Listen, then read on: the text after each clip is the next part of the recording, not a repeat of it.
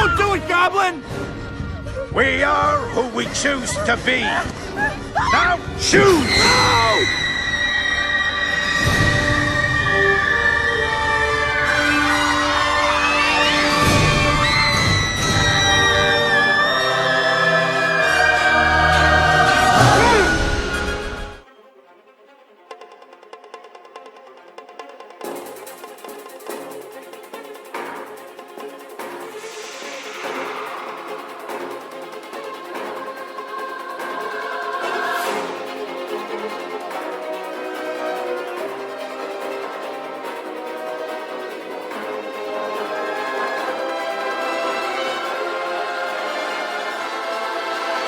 What if events went differently? What if Green Goblin killed Mary Jane Watson in Spider-Man 2002?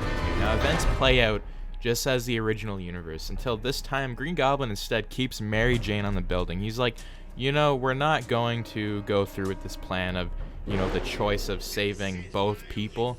Instead, he makes it even more complicated for Spider-Man to save both of them. What he does is he keeps Mary Jane on the bridge, and Spider-Man has to actually save those children first. So this is his whole plan. So just in time, he puts them down, he saves the children, but instead this time he still sees Mary Jane is still up there. So he's running up the wall, he's doing his web swing, he's trying to get up there as fast as he can until Green Goblin just pretty much chokes her to death almost, and he goes up with his glider in the air even further, so Peter can't even reach MJ at all. You know, this is it.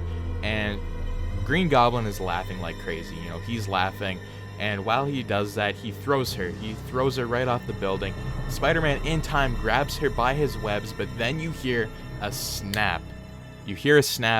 And then all you see is MJ is lifeless, and Peter would go off the rails. He would start screaming. You can't see the car. They got the fuck out of the way! I can't see! He would say you would pay for this goblin, and that he killed her, and the goblin would just say, he would say to him that I offered you friendship, you declined my offer, this is what you pay, this is the cost. And he would start laughing like crazy, and he would leave. He'd leave with his glider, and Peter, not knowing what to do, he would stay or leave. You know, he would be like, what do I do? Am I going to stay with MJ, or am I going to leave and go after the goblin? And he can't really make up a decision, so he just ends up going, and he actually brings MJ's body to those like Coast Guard people, and he's like, I'm going to come back after I kill the goblin. And now later we shift back with Norman, and Norman goes back to his house and sees Harry, and Harry would be shocked to see his dad come through the window as Green Goblin. And Norman would explain that soon he would understand why he did what he did, and told Harry to join him. But then glass would shatter, and it'd be Spider-Man swinging in, kicking him right through a wall, beating the crap out of Goblin. And Harry is just standing there in shock, and it's just like Spider-Man would throw him across the room and tell Harry MJ is dead because of him, screaming. And Peter would take his mask off, revealing that he was Spider-Man. And Harry would yell out, like, no, like, this can't be true. Like, how is all this happening? Now, there would be a huge battle in the house, and Harry would actually be spectating.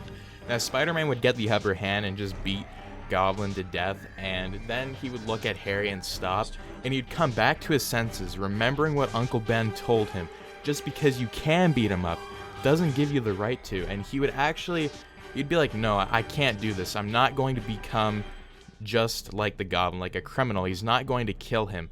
So instead of killing him, he stops the fight. Peter would say, I'm ending this now, and he takes Goblin and brings him to the police, and Harry wouldn't say anything. 1 hour later, Peter would come back with MJ's body, and Peter and Harry would just be crying there, and then later they would have a funeral for her, and Spider-Man's identity would still be a secret. It would only be Harry and Norman that knew at this point in the timeline, and Peter would tell Harry, he's like, you know, I can't do this hero business anymore, and he gives it up, and he throws his costume in the garbage, and then Harry would be running Oscorp again, Norman would be in jail, and Peter would actually still have a job at Joe's Pizza, and he would have a job at the Daily Bugle, and he'd be financially fine, but the thing is MJ's no longer there. So anyways, what is your thoughts on this what if MJ died during the events of Spider-Man 2002? What if Spider-Man chose a different path by choosing the children? And what if Green Goblin chose to pretty much throw MJ off the building, killing her? So anyways, that's what I thought would have happened. Tell me what you think would have happened. But anyways, make sure to subscribe, like, share, and I'll see you guys in the next one.